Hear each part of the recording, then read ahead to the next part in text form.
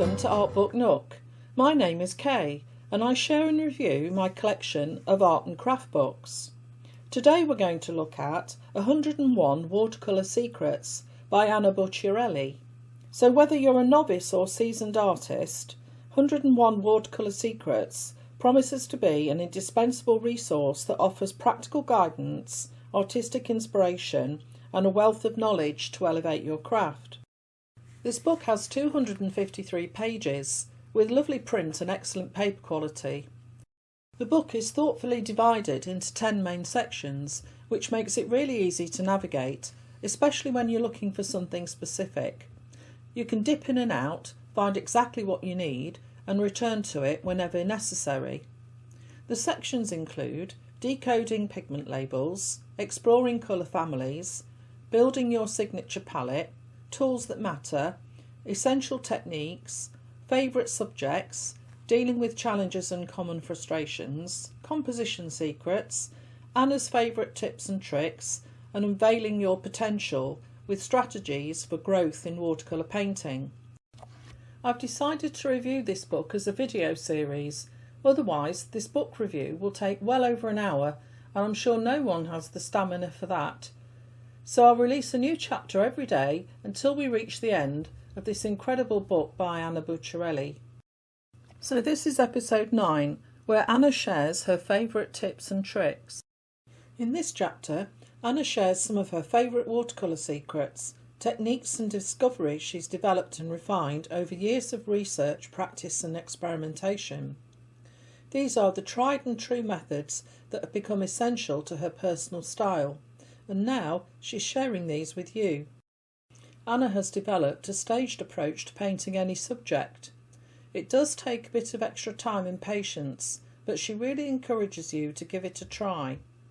This method helps you make the most of watercolour's natural transparency and allows you to build depth and dimension in your artwork.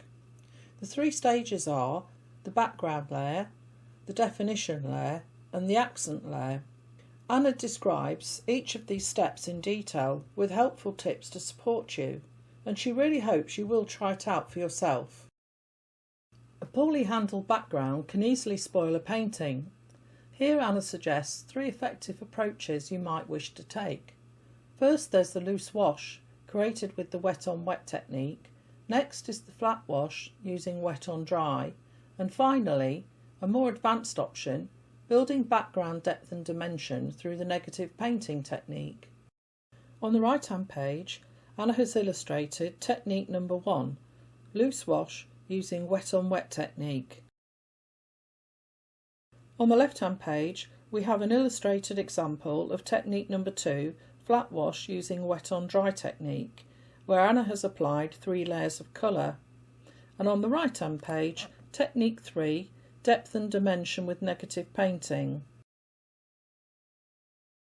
Anna is often asked how she manages to create such vibrant, eye-catching paintings without using a huge range of colours. The secret lies in a method she's developed herself, which she calls palette extension. It's all about understanding colour temperature and using it intentionally to expand the possibilities within a limited palette. Anna takes you through her process step by step, showing how even a small selection of pigments can produce rich dynamic results. You can see this technique in action in the case study of the pink hydrangea. Shadows are what give your paintings a sense of form and dimension. Anna explains the different types of shadows you're likely to encounter in your reference images and how to paint them convincingly. Using the reference photograph of a white seashell, she takes you through each type of shadow in detail. And just a reminder, wherever you see video available in the pages of this amazing book, you'll find a matching demonstration on Anna's YouTube channel. I've linked to her channel in the description below. Anna shares how she uses soft and hard edges to bring her paintings to life. She explains exactly where and how she applies each type of edge and why choosing the right one matters. You'll find step-by-step instructions for both of the methods she uses, so you can try them out in your own artwork. These techniques are illustrated in the case study of Anna's painting Summer Grapevine, where she shows how careful edge control adds depth and realism. Working with red pigments can be tricky. They require some extra care when it comes to mixing, value balance, and the drying shift that often dulls their intensity. Anna shares her tried and tested tips for using red watercolours effectively, so you can keep those hues looking vibrant and rich in your work. Of all of the pigments, Anna considers yellow to be the trickiest to work with. It's delicate and easily overpowered and can quickly lose its impact if not handled carefully. She offers 3 simple tips to help. Tip 1. Start with a well-lit reference photo so you can easily see the subtle shifts in value. Tip 2. Use complementary shadows to add contrast without muddying the yellow. And tip 3. Consider adding a dark background to help the yellow really pop. In the case study of the yellow daffodil, Anna demonstrates all 3 techniques using complementary colours in clever ways to highlight and enhance the brightness of those sunlit petals. Pure black isn't something we often see in living things, and keeping that in mind, Anna shares 3 ways to approach painting black in your work. First, you can mix primary colours, which gives you control over whether the black leans warmer or cooler. Second, and this is Anna's favourite method, you can build dark tones using richly saturated versions of other pigments. This creates more dynamic and colourful blacks. And finally, you can of course use pre-mixed black pigments straight from the tube, but Anna recommends using these sparingly, as they can sometimes look flat or lifeless on the page. The Black Swan case study is a great example. Anna starts with a colourful underpainting, then she builds up 4 transparent layers, achieving a greater range of tonal variation and colour temperature. So Anna showed us her methods for painting black objects, but what about white ones, especially when we're working on white paper? Well, the secret is you don't paint the white at all. You just let the paper show through for your brightest highlights and focus on painting the shadows. To explain how this works, Anna uses a white peony as an example and shares 3 of her favourite techniques. Anna starts by drawing a simple outline of the flower in black and white to map things out. Then she identifies the main shadow areas. In the book, these shadow lines are printed in blue, so they're easy for you to see, but if you were doing this for yourself, you could just use a dotted pencil line that you could rub out later. One thing to avoid is painting the shadows grey, as it can make everything look flat. Instead, Anna begins with a cooler version of the flower's base colour to suggest shadow, gradually building up layers. Then she adds background wash, which is really helpful and makes the white petals stand out. Anna generally avoids using white pigments in watercolour, as they tend to create a chalky, opaque layer that can overpower the delicate transparency of watercolour that makes it so special. Instead, her favourite way to capture white areas is by using negative painting or masking fluid, 2 techniques she's already covered earlier in this wonderful book. If you want a refresher, she points you back to Chapter 5, page 116 and Chapter 4, page 86 respectively, where she goes into both techniques in detail. One exception she makes is using white gouache, and that brings us to the case study of the white lily of the valley. I have to say I love lily of the valley. My granddad used to grow them in his garden, and whenever they were in bloom he'd wear a little bunch of these dainty pretty flowers in his buttonhole.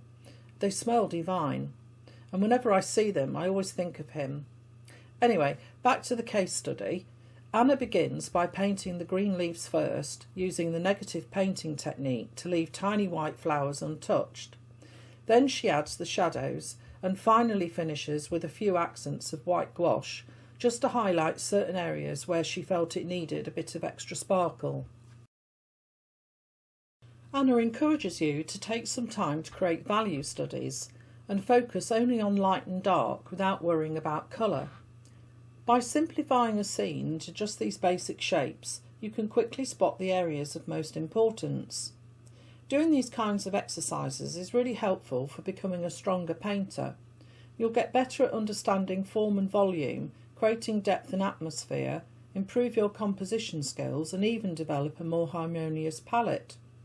To show how this works, Anna uses a case study of a gladioli flower. She compares her value study to a grayscale version of the original reference photo. This helps her spot small but important changes she can make that really improve the final watercolour painting. We have some really useful tips for digitising your watercolour artwork, especially if you want to share it in an online portfolio or on social media. Anna covers the best practice for scanning your work to get the clearest, most accurate results, and she also explains what to do if your painting is too large for your scanner. And we end this chapter with Anna explaining how to remove the background cleanly and how to adjust the colours to make sure they match your original piece as closely as possible. In the next and final episode in this series, Chapter 10, Unveiling Your Potential, Anna shares some thoughtful strategies to help you grow as a watercolour artist.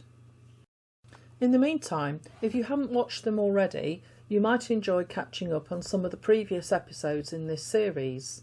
Each episode covers a single chapter in this incredible book by Anna Bucciarelli, 101 Watercolour Secrets. You could also visit Anna's website to learn more about her work or even treat yourself to your own copy. I've linked to everything in the description below. I hope you found this review helpful. If you did, please give the video a like. It really helps YouTube share it with others who enjoy art books too.